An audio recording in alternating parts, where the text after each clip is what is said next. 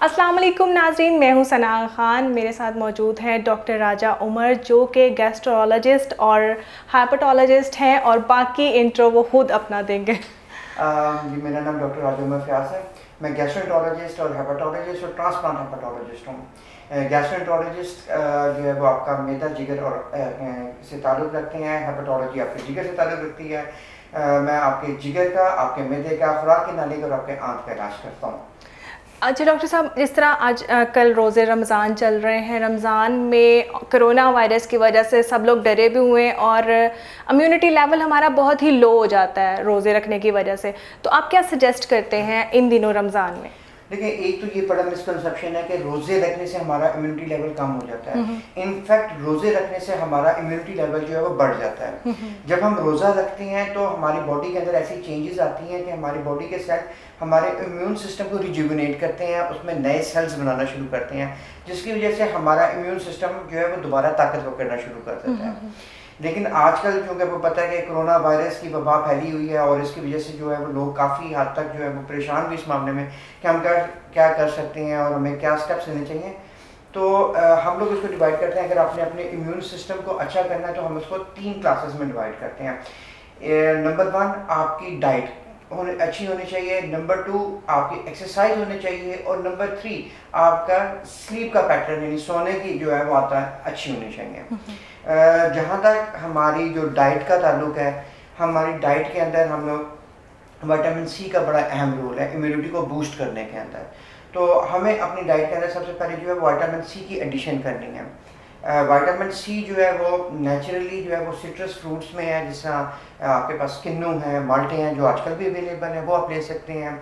Grep fruit ले सकते हैं, आप स्ट्रॉबेरीज ले सकते हैं, टमाटर बड़ा अच्छा सोर्स है विटामिन सी का, गाजरें ले सकते हैं। ये तमाम चीज़ें जो है आपके लिए विटामिन सी की बड़ी एक अच्छी सोर्स है।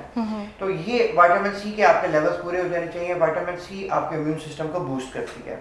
इसके अलावा हाँ, क्योंकि आजकल रोज़े हैं तो एक हमने जो चीज़ जिसके ऊपर बड़ा खुसूसी ध्यान रखना है वो पानी है। हम लोग पानी का इस्तेमाल जो है वो कम करते हैं। हमें पानी का इस्तेमाल जो है ऑप्टिमम लेवल के ऊपर करना है, क्योंकि पानी आपके इम्यून सिस्टम के लिए बेहद ज़रूरी है। तो आप सहरी में हैं या अफ्तारी में हैं तो जो है पानी का इस्तेमाल लाजमी करें। हम लोग पानी की जगह जो है वो कार्बोनेटेड ड्रिंक्स हैं, गैस वाली बोतलें हैं, वो पी लेते हैं और मुख्तलिफ किस्म के मीठे शरबत इस्तेमाल करते हैं, लेकिन इनके साथ जो है पानी का अपना एक जगह है जो कि आपको इस्तेमाल करनी है। तीसरी चीज़ जो इम्यूनिटी को बेहतर करने के लिए और आपके जिस्म में ताकत के लिए है वो है आपके जिस्म में नमकियात की कमी नहीं होनी चाहिए। आपके जिस्म में नमकियात पूरी होनी चाहिए। अगेन रोज़ों के अंदर है और थोड़े से ये रोज़े भी गर्म साइड के ऊपर है, तो पसीने की वजह से या आप काम करेंगे तो वो आपका पसीने की वजह से नमकियात लूज़ होंगे, तो वो नमकियात हमने पूरे करने हैं। वो हम कैसे पूरे कर सकते हैं? वो इस तरह कर सकते हैं कि जब हम सबसे पहले जो है वो अफ्तारी के अंदर खजूर लेते हैं। खजूर बड़ा बेस्ट सोर्स है पोटाशियम का और शुगर का, तो वो एक तो आपके बॉडी के अंदर पोटाशियम को और ये नमकियात को पूरा करता है। इसके अलावा पानी के साथ जो है वो उसके अंदर स्कंजबीन बनाकर ले सकते हैं, और ऐसा पानी खुद ही कितना इंपॉर्टेंट है कि वो आपके नमकियात को भी पूरे कर देता है। तो ये नमकियात का हमने लेवल डाउन नहीं होने देना, डिहाइड्रेट अपने आप को नहीं होने देना। सर, जिस तरह आजकल बच्चे भी रोज़े रख रहे हैं, बच्चों के लिए आप क्या सजेस्ट करते हैं कि वो किस किस्म की डाइट लें कि वो सारा दिन फ्रेश भी रहें और पानी का जो है ना वो नेमुल बदल भी होता रहे? देखिए, इसके लिए जो है ना वो बेसिकली हमें सहरी और अफ्तार इन दोनों को देखना पड़ेगा। हम अगर बच्चों को देखते हैं तो वो हम लोग करते हैं कि जी सहरी के टाइम माएँ बच्चों को जो है वो ज़्यादा से ज़्यादा खिलाने की कोशिश करती हैं कि जी खा लें के सारा दिन करना है, और उसके अंदर हम लोग उनको कार्बोहाइड्रेट ज़्यादा देते हैं जो कि बहुत जल्द ख़त्म हो जाते हैं। सबसे ज़्यादा हमारी जो पहले बॉडी जो है वो कार्बोहाइड्रेट्स को डाइजेस्ट करती है। तो सबसे पहले ये है कि हम लोग अपनी सहरी को एडजस्ट करें कि हमने सहरी के अंदर थोड़ा सा प्रोटीनियस मील लेना है। हमने प्रोटीन कंटेंट को ज़्यादा करना है। प्रोटीन कंटेंट हम ज़्यादा किस तरह कर सकते हैं कि हम अंडा ले सकते हैं, उसके अंदर वो बड़ी अच्छी सोर्स है, या चिकन की छोटी बोटी, ये जो है हमें अपनी सहरी के अंदर डालनी है। ऑब्वियसली हम पानी और दूध का इस्तेमाल कर सकते हैं ताकि हम लोग अपने आप को हाइड्रेट रख सकें। इसके अलावा फाइबर्स बहुत ज़्यादा ज़रूरी हैं। अगर आप थोड़ा सा जौ का दलिया खा सकते हैं या इसबगोल का छिलका ले सकते हैं तो ये भी बच्चों के लिए और बच्चों के साथ साथ बड़ों के लिए भी बहुत ज़रूरी है। एक तो ये आपको कॉन्स्टिपेशन नहीं होने देगा, कब्ज़ नहीं होगी इसके साथ, और दूसरा वो आपकी बॉडी के अंदर जो आपके सिस्टम को भी इंटैक्ट रखेगा।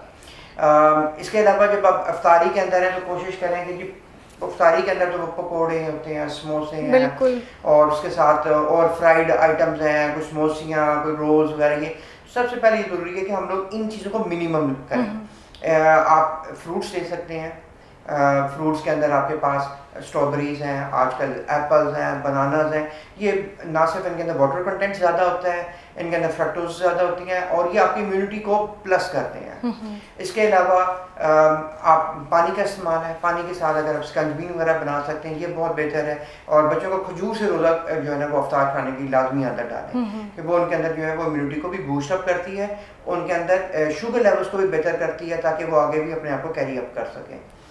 तो ये चटनियाँ, चिप्स और कार्बोनेटेड ड्रिंक्स से ज़्यादा जो ज़रूरी है कि वो आप उनको इस तरह की चीज़ें दें जो कि उनके लिए न्यूट्रिशनस भी हों और कैलोरी डेफिसिट भी ना हो। क्योंकि एक तस्वुर यही है ना कि रमज़ान आ गया तो पकोड़े तो बनने ही हैं, समोसे तो घर में चलने ही हैं। वही है समोसे और पकोड़े ना हमारे बेसिकली कल्चरल रिवाज। बिल्कुल बिल्कुल। तो इस वजह से हम पकोड़े, लेकिन अगर हम इनको थोड़ा सा पकोड़े समोसों को कम करें और कोशिश करें कि हम पकोड़े समोसे के यूज़ भी कर रहे हैं तो वो घर के हों, आप बाहर से ना यूज़ करें। क्योंकि रमज़ान के साथ एक और जो चीज़ बहुत ज़्यादा आती है वो मैदे के प्रॉब्लम्स आते हैं। बिल्कुल, ये तो बहुत बड़ा प्रॉब्लम। आप अपने मैदे के ऊपर इतना जब हैवी फूड्स इस्तेमाल करेंगे जिस तरह पकोड़े हैं या समोसे हैं, तो आपके मैदे को वो ज़्यादा एफर्ट करनी पड़ेगी और वो एसिड ज़्यादा सिक्रीट करेगा और आपको स्टमक प्रॉब्लम्स होंगी। और बाहर से लेकर आएंगे तो ऑब्वियसली फिर आपको, लोगों को भी पता है सारी चीज़, सब जानते हैं कि पेट ख़राब होने के मसले मसाइल, और उससे फिर मोशन भी लग सकते हैं, वॉमिटिंग भी हो सकती है, फिर वो आपके रोज़े भी ख़राब होंगे और तबीयत भी ख़राब होगी। डॉक्टर साहब, सबसे ज़्यादा रमज़ान में आपको किस किस्म के, किस नौइयत के पेशेंट्स ज़्यादा देखने में मिलते हैं? देखिए रमज़ान के अंदर अगर हम मैदे जिगर की बात करें तो सबसे ज़्यादा हमें पेशेंट्स मिलते हैं जो कि स्टमक प्रॉब्लम्स के साथ आते हैं कि सीने में जलन हो रही है, खट्टे डकार आ रहे हैं, मुंह में खट्टा पानी आ रहा है, सुबह उठते हैं तो मतली की कैफियत होती है, गैस की बड़ी ज़्यादा जो है वो उनको शिकायत होती है। तो ये चीज़ें जो है वो बहुत ज़्यादा आती हैं। वो अगेन मैं ये कहूँगा कि इनसे जो है वो यही है कि अगर हम लोग सहरी के अंदर बहुत ज़्यादा खाना खाएंगे, अपने मैदे को ओवर स्टफ़ करेंगे, उसमें बहुत ज़्यादा चीज़ें भर लेंगे तो इस तरह के इनामात आएंगी। फिर सेकेंडली हम लोग वो चीज़ें खाते हैं कि जो कि बड़ी डाइजेस्ट बड़ी मुश्किल से होती हैं।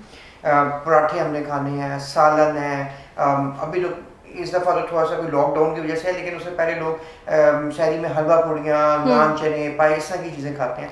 तो ये मैदे के लिए बड़ा मुश्किल हो जाता है इनको डाइजेस्ट करना, तो फिर वो अपने सिम्टम्स वगैरह प्रोड्यूस करता है। फिर आप जब अफ्तार में आ जाएंगे तो फिर अगेन आप कचौरियाँ खा रहे हैं, आप खाने भी खा रहे हैं, तमाम चीज़ें भी ले रहे हैं, आप मुख्तलिफ़ किस्म की मिर्चों वाली खट्टी मीठी चटनियाँ इस्तेमाल कर रहे हैं। अच्छा, एक और बड़ी चीज़ है कि वो हम लोग फ्रूट चाट बनाते हैं तो उसके अंदर भी इतना ज़्यादा चाट मसाला हमने डाला होता है, तो वो हमने मैदे के तबाही के तमाम सामान इकट्ठे कर लेते हैं। ये एक बहुत ज़्यादा इंपॉर्टेंट एस्पेक्ट है कि हम लोग अपनी डाइट को बड़ा मेंटेन रखें और नेचुरल चीज़ें उनको नेचुरल तरीके से भी खाने की कोशिश करें। और स्टमक को मेंटेन रखने के लिए आप कोई ऐसी टिप दें? खाना तो कम करना ही है ऑब्वियसली, एक वो चीज़ है, मगर एक ख़ास रेमेडी कुछ ऐसा बताएं कि रमज़ान में हम अपने आप को हल्का फुल्का भी फील करें। देखिए मैंने पहले बताया था कि इम्यूनिटी के हमने 3 एस्पेक्ट्स किए थे कि एक डाइट था, एक एक्सरसाइज थी और एक नींद थी, स्लीप थी। हमने डाइट अभी इसी तरह स्टमक के लिए भी यही चीज़ें बड़ी ज़रूरी हैं कि आपने डाइट अपनी एडजस्ट करनी है, जिसके बारे में हमने बात की है। Secondly exercise. रमज़ान के अंदर भी हम लोग ये कहते हैं कि ठीक है आपने रोज़ा रख लिया तो पता नहीं हमें सारी चीज़ें जो है वो हमने छोड़ देनी है, काम काज और ये तमाम चीज़ें। इसी तरह हम लोग एक्सरसाइज भी कम कर लेते हैं। पहले तो लोग तरावी पढ़ने जाते थे, वो बहुत अच्छा एक आपकी फिजिकल एक्टिविटी थी, लेकिन आजकल भी मैं ये कहूँगा कि कम से कम अफ्तारी के बाद आप अफ्तारी करने के आधा पौना घंटे बाद 20 to 25 मिनट्स की वॉक लाजमी करें। ये आपके डाइजेशन को भी बेहतर करेंगी, आपकी बॉडी और आपके सेल्स को भी, आपके मसल्स को भी स्ट्रॉन्गर करेंगी। आपकी डाइजेशन बेहतर होगी, आपका खाना जो है वो ज़्यादा तरीके से हजम होगा, न्यूट्रिशंस जो है जो हमने खाने से लेते हैं वो बॉडी में हर जगह जाएंगे, आपका ब्लड लेवल्स, ब्लड सर्कुलेशन जो है वो बेहतर होंगी और आप फिर जिसे आपने कहना कि आप हल्के फुल्के महसूस करेंगे। तो वो उसके लिए ज़रूरी है कि आप एक्सरसाइज लाजमी करें। हमें अपनी नींद जो है वो 8 घंटे की मुकम्मल तौर पे पूरी करनी चाहिए। जब हम 8 घंटे की नींद मुकम्मल करेंगे तो हमारी बॉडी जो है वो बेहतरीन तरीके से काम करेगी और स्ट्रेस लेवल्स जो है वो हमारे कम हो जाएंगे। सर ये भी एक मतलब ये भी एक किस्म की मसला है, एक बीमारी है जो पेट निकला होता है, कि एक नॉर्मेलिटी तो है नहीं है। देखिए बेसिकली बात ये थी कि हमने अपनी डाइट को एडजस्ट नहीं किया होता। हम लोग एक नंबर वन हम कैलोरी कॉन्शियस नहीं है, जो कुछ आता है हम लोग खाने की कोशिश करते हैं। और एक आजकल का जो बहुत बड़ा ट्रेंड है वो जंक फूड का है। Fast food, junk food, burgers, pizza, इस तरह की चीज़ें हैं, ये फैट कंटेंट्स में और कार्ब कंटेंट्स में बहुत ज़्यादा होती हैं। तो जब आपकी बॉडी के अंदर फैट्स और कार्ब जाएंगे तो आपकी फैट को स्टोरेज के लिए जगह चाहिए, तो वो जगह फिर आपका पेट होती है, तो वो आप एक तौंद की सूरत में आता है। एक तो ये बहुत बड़ी बात है कि हमें अगर अपनी डाइट एडजस्ट करनी तो सबसे पहले हमने उसके अंदर प्रोटीन कंटेंट को बेहतर करना है। Number 2 physical activity, lack of the physical activity. लोगों के अंदर फिजिकल एक्टिविटी कम है। हम लोग आज भी कह रहे हैं कि लॉकडाउन की सिचुएशन है, लोग बाहर नहीं जा रहे हैं, सोशल डिस्टेंसिंग है और कोशिश कर रहे हैं घरों में रहें, लेकिन आप घरों में रहकर भी फिजिकल एक्टिविटी को कंटिन्यू कर सकते हैं। आप घर की छत पे भी वॉक कर सकते हैं, आप एक्सरसाइजेस भी कर सकते हैं। और ये ऐसी एक्सरसाइज नहीं है कि आपने कोई वेट्स उठाने हैं और कोई आपने ट्रेडमिल के ऊपर भागना है। बड़ी सिंपल कॉमन सी एक्सरसाइजेस हैं जो घर में बड़े आराम से हो सकती हैं। आपका यूट्यूब और गूगल जो है वो इस तरह की कई फिटनेस कोचेस हैं जो कि आपको बता रहे हैं कि आपने घर में किस तरह एक्सरसाइज करनी है। सिंपलेस्ट फॉर्म मैंने आपको बताया है कि आप 10 to 20 मिनट्स जो है वो अपनी छत के ऊपर बेशक वॉक करें, और उसके बाद जो है वो थोड़ा सा ये कि आप सिटअप्स कर सकते हैं, पुशअप्स कर सकते हैं, जिसके लिए आपको कोई ऐसी एक्स्ट्रा चीज़ भी दरकार नहीं है। ठीक है, प्रोटीन के इनटेक्स में आप क्या सजेस्ट करते हैं बच्चों के लिए भी और बड़ों के लिए भी? देखिए मैंने पहले बताया कि जिस तरह सहर आ जाती है, अगर हम उसको रमज़ान के हवाले से देखें तो सहरी के अंदर प्रोटीन इनटेक का जो बेस्ट फॉर्म है वो आपके लिए एग है। Egg 7 to 8 grams of the protein contain करता है। तो सबसे जो इम्पोर्टेंट चीज़ है कि अगर आप बॉयल्ड एग लेते हैं या किसी भी फॉर्म में लेते हैं तो वो आपके प्रोटीन्स को बेहतर कर देता है, बॉडी में प्रोटीन लेवल्स को जो है वो हाई कर देता है। और उसके साथ जो है प्रोटीन की कई और सोर्सेज भी हैं, जिस तरह है कि आप कई सब्जियां ऐसी हैं जिसके अंदर प्लांट फॉर्म की प्रोटीन मौजूद हो जाती हैं, वो आप ले सकते हैं।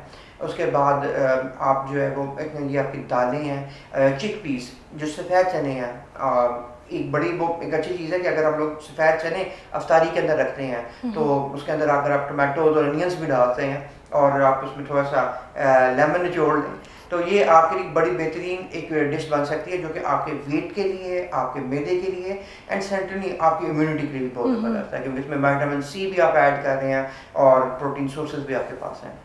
ये कॉमन सी चीज़ें हैं जो कर सकते हैं। इसके अलावा वाइट मीट है जिसमें फ़िश आ जाती है, जिसमें चिकन आ जाता है, ग्रिल्ड चिकन है।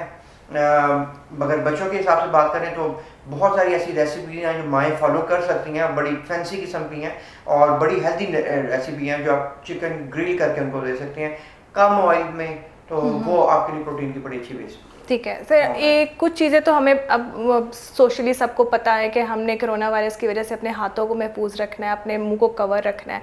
कोई ऐसी चीज़ जो आप कहते हैं सजेस्ट करते हैं जो अभी तक यानी कोई मशवरा ऐसा बताएं कोरोना वायरस से प्रोटेक्शन के लिए अपनी ज़ात के लिए? देखिए आजकल मीडिया के ऊपर भी, सोशल मीडिया के ऊपर भी बहुत ज़्यादा लोगों ने जो है पैगाम शेयर किए हुए हैं। WHO जो है अगर आप उसको फॉलो करें तो WHO बहुत अच्छी मैसेजेस जो है वो पिक्चर फॉर्म में भी दे रहे हैं। आपने बेसिकली वो बहुत एक अच्छा मैसेज था जो कहता है कि कोरोना खुद आपके पास नहीं आता, आप घर से बाहर निकल कर उसको घर लेकर आते हैं। सबसे इम्पोर्टेंट ये चीज़ है कि आपने सोशल डिस्टेंसिंग रखनी है और लोगों से कम मिलना है। आप मोबाइल फ़ोन पे बात कर सकते हैं, व्हाट्सएप पे बात कर सकते हैं, फिजिकली मिलने से बेहतर है। क्योंकि जहां आप इसको लेकर आएंगे, शायद अगर आप जवान हैं तो शायद आपको इतना ज़्यादा इफेक्ट ना करे, लेकिन आपके घर में जो एज्ड पीपल हैं, बुजुर्ग हैं, उनको या बच्चों को ये काफ़ी इफेक्ट कर सकता है। तो एक तो बहुत ज़्यादा इंपॉर्टेंट है कि हम सोशल डिस्टेंसिंग करें, बाहर जाना है तो मास्क का इस्तेमाल लाजमी करें। आपने मास्क पहनने और उसके बाद जो है तकरीबन 3 फुट का फासला जो है अपने दूसरे से मेंटेन रखना है, ताकि आप जो है वो एक सेफ डिस्टेंस के ऊपर हों। और ये चीज़ें बाकी आपका जो है मीडिया इस पैगामों से भरा हुआ है, लेकिन कोशिश करें कि जो आपको चीज़ें बताई जा रही हैं और जो आपको टिप्स शेयर की जा रही हैं अपने साथ, उनको फॉलो लाजमी करें। सही। अच्छा सर, ये बताएं कि रमज़ान एक तो वैसे ही ब्लेसिंग है बहुत ज़्यादा, मगर इसमें एक कोई ख़ास प्लान बताएं जिससे हम अपना वेट भी रिड्यूस कर सकें। देखिए हमने अभी पीछे सारी बातें की हैं कि वेट रिडक्शन रमज़ान मुबारक अल्लाह ताला की एक बहुत बड़ी ब्लेसिंग है, जहां आपके गुनाह कम होते हैं और आपकी नेकियों में इजाफा होता है। इस तरह अल्लाह ताला ने आपके जिस्म पे उसके ऊपर बड़े पॉजिटिव इम्पैक्ट्स रखे हुए हैं। ये बेहतरीन महीना है कि जिसके अंदर अगर हम लोग अपना वेट कम कर सकते हैं। वैसे भी कहते हैं कि मोटापा जो है वो बहुत सारी बीमारियों की जड़ है। मोटापा आपके लिए शुगर को आपको कर सकता है, आपको दिल की बीमारियां कर सकता है, फैटी लिवर है उसके अंदर, वो ये तमाम चीज़ें ऐसी हैं जो कि मोटापा जिनका शुरू ही मोटापे से होता है। तो अगर हम लोग ओवरवेट हैं या मोटापे की तरफ हैं तो ये हमारे लिए बेहतरीन महीना है अपने आप को डिसिप्लिन करने का और अपनी डाइट को एडजस्ट करने का, जो कि हम इस महीने के बाद आगे आने वाले 11 महीनों के अंदर भी प्रैक्टिस कर सकते हैं। तो मैंने जैसा कहा कि अगर हम लोग देखें कि एक तो इसमें हमें बड़ा चीज़ मिलती है कि हम लोग ने जंक फूड इस्तेमाल नहीं करना, नंबर 1। अपनी डाइट के अंदर प्रोटीन का इस्तेमाल ज़्यादा करना है, नंबर 2, जो कार्बोहाइड्रेट्स को थोड़ा सा हमने कम लेवल के ऊपर रखना है। कार्बोहाइड्रेट्स आपकी जो मीठी चीज़ों में होती हैं, चीनी में होती हैं, आपकी शरबतों में है, आपकी कोला ड्रिंक्स हैं, इनके अंदर है, तो हमने इन चीज़ों को कम रखना है। फिर ऑयली फ्राइड फैटी चीज़ें जो है इनसे हमने बचना है। पकोड़े, समोसे, पराठे हैं, इनको अगर हम इस महीने में कम कर लेते हैं और इस ख्वाहिश के ऊपर थोड़ा काबू पा लेते हैं तो हमारा आगे आने वाले महीनों के अंदर भी बड़ा पॉजिटिव इम्पैक्ट होगा बॉडी के ऊपर। हम इसको कंट्रोल करना सीख जाएंगे। रोज़ा हमें सिखाता है कि अपने ख्वाहिशात को और अपने नफ्स को किस तरह कंट्रोल करना है। तो अगर हम इस कंट्रोल को भी पा लेंगे तो हम आगे आने वाले 11 महीनों के अंदर भी इन चीज़ों को कंट्रोल कर सकते हैं और वेट लॉस इसके साथ शुरू हो जाएगा। सेकेंडली मैंने आपको बताया कि एक एक्सरसाइज प्लान है। आपने एक्सरसाइज प्लान के अंदर जो है simplest form of the exercise भी जो है वॉक है। अगर आप वॉक को इसके साथ शामिल कर लेंगे तो डेफिनेटली बड़ा बॉडी के ऊपर आपके पॉजिटिव इम्पैक्ट्स आएंगे। मगर सर जैसे ही रोज़ा खुलता है सबसे ज़्यादा पानी का होता है, क्रेवी होती है कि पानी ज़्यादा से ज़्यादा पिया जाए, तो उसको कैसे हम फिर देखिए पानी का पीना एक ऐसी बड़ी अच्छी चीज़ है, लेकिन उसमें ये बात आ जाती है कि आपने पानी किस तरह पीना है। मेरे पास जो पेशेंट्स आते हैं और हम लोग उनकी कोई दवाइयाँ एडजस्ट करते हैं सहरी के ऊपर, इफ्तारी के ऊपर, तो साथ डाइट कंट्रोल के बारे में और वाटर इनटेक के बारे में बताते हैं, क्योंकि सबसे ज़्यादा निगलेक्ट लोग करते हैं वो पानी को करते हैं। मैं बताया कि हम लोग जहाँ शरबत वगैरह पीते हैं तो वहाँ हमने पानी का एडिशन लाजमी करना है। तो जब आपने इफ्तार किया और आपने अपना 1 गिलास अगर आप शरबत का पीते हैं तो साथ फिर आपने पानी का एडिशन करना है। और ये नहीं है कि आपने आपको पानी पीते रहना है, अब आपके पास इफ्तार से लेकर सहर तक का टाइम है, आप वफ़न फ़वक़न पानी का गिलास पिएँ और अपने आप को जो है वो दोबारा डिहाइड्रेट करें। वो आप हर आधे घंटे बाद भी पानी के गिलास ले सकते हैं और अगर आपको ज़्यादा प्यास लगी तो आप उसके अकॉर्डिंगली एडजस्ट कर सकते हैं। सर खाने के दरमियान पानी का खाने के दरमियान अगर पानी करेंगे तो वो आपको ओवर स्टफिंग करेगा।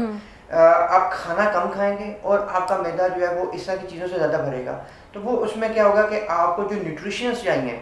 अब एक कंसेप्ट हमारे यहाँ बहुत ज़्यादा कि जी अगर आप खाली पेट रहेंगे और आप कुछ नहीं खाएंगे तो आप वेट लॉस करेंगे, ऐसा नहीं है। आपने जब तक प्रॉपर डाइट नहीं लेंगे तब तक आप अपना वेट लॉस नहीं कर सकते हैं। आप कमज़ोर हो सकते हैं लेकिन आपके बॉडी के अंदर से जो है वो फैट कंटेंट कम नहीं होगा। उसके लिए ज़रूरी है कि आप अपनी प्रोटीन को एनहेंस करें और साथ आप पानी जो है वो आप या तो पहले ले सकते हैं या फिर खाने के 15 से 20 मिनट बाद ले सकते हैं। तो ये इफ्तार के अंदर थोड़ा सा ये होता है कि हम प्यास भी लगी होती है, लोगों ने काम काज से भी आते हैं, तो अगर आप शरबत लेते हैं तो कोशिश करें कि नमाज पढ़ने से पहले आप शरबत के गिलास पिएं और फिर उसके बाद आप आकर पानी से स्टार्ट करें और फिर उसके बाद आप खाना शुरू करें। और सर आप ये बताएं कि बहुत से लोग बड़ी वीकनेस फील करते हैं रमज़ान में रोज़ा रखने के बाद, अपने आप को बहुत निढाल फील करते हैं, उनके लिए क्या सजेस्ट करेंगे? देखिए मैंने पहले बताया कि जब हम सहरी के अंदर जो है ना वो बड़ा इंपॉर्टेंट मील है। कई लोग मेरे पास जब आते हैं कि हम सहरी नहीं करते हैं, हम लोग 12 बजे खाना खा रहे होते हैं तो सुबह भूख नहीं लगती है। सहरी बड़ा इंपॉर्टेंट मील है। नबी पाक सल्लल्लाहु अलैहि वसल्लम की हदीस है, बुखारी शरीफ में भी है, जिसका मफ़हूम है कि सहरी किया करो क्योंकि इसमें बरकत है। तो सहरी जो है वो बड़ा इंपॉर्टेंट मील है और उसके अंदर हम लोगों ने क्या खाना है, मैंने आपको बताया हमने प्रोटीन्स लेनी है, क्योंकि अगर आप कार्बोहाइड्रेट्स लेंगे तो वो आप जब सहरी खाकर सुबह बाद सोएंगे और सुबह उठेंगे तो कार्बोहाइड्रेट डाइजेस्ट हो चुके होंगे, तो फिर वो आपको दोबारा जो है ना स्टमक की हॉलो फीलिंग आना शुरू हो जाएगी। तो ज़्यादा बेहतर है कि आप उसमें प्रोटीन्स लें। आप जब प्रोटीन्स लेंगे, फाइबर्स लेंगे तो आपका स्टमक भी फुल रहेगा और आपकी जो एनर्जी लेवल्स हैं वो भी ज़्यादा रहेंगे। ठीक, तो ये बड़ा इंपॉर्टेंट है कि आप उसको प्रॉपर तरीके से बैलेंस आउट करते चलें। इसका मतलब ये कि हम फुल कम्प्लीटली अपने आप को मेंटेन रख सकते हैं रमज़ान में अच्छे प्रोटीन्स। बिल्कुल, प्रोटीन डाइट में आपको बता रहा हूँ कि रमज़ान के अंदर अगर हम इस रमज़ान का थोड़ा सा कुछ करना है अपने आप के ऊपर, अपने बॉडी के अंदर और अपने आप को रिजेवनेट करना है, उसके सबसे बड़ी ज़रूरत है कि हम प्रोटीन डाइट का इस्तेमाल करें, एक्सरसाइज को अपने करें और अपने जो पर्टिकुलरली नींद के आवर्स हैं वो ज़रूर पूरे करें। नींद के आवर्स तो बहुत डिस्टर्ब हैं सबके। नहीं ये भी हमारे ऊपर ही आता है कि हमने अब इसको किस तरह पूरा करना है। हम लोग 4 आवर्स के भी 2 सेशंस कर सकते हैं, दोपहर को भी सो सकते हैं, रात को भी सो सकते हैं, लेकिन at least 8 hours a day sleep is necessary. Good. चलिए sir, thank you very much, बहुत अच्छा लगा और बहुत ही इन्फॉर्मेटिव हमारी डिस्कशन रही है। बहुत सी चीज़ें हम पर रोशन हो गई हैं, बहुत सी चीज़ें हमें पता चली हैं आज कि हम अपनी इम्यूनिटी लेवल को किस तरह मेंटेन कर सकते हैं। इसके साथ ही मुझे इजाज़त दीजिए, मिलते हैं दोबारा किसी और सेलिब्रिटी के साथ, किसी और इन्फॉर्मेटिव पर्सनैलिटी के साथ। Stay tune with us.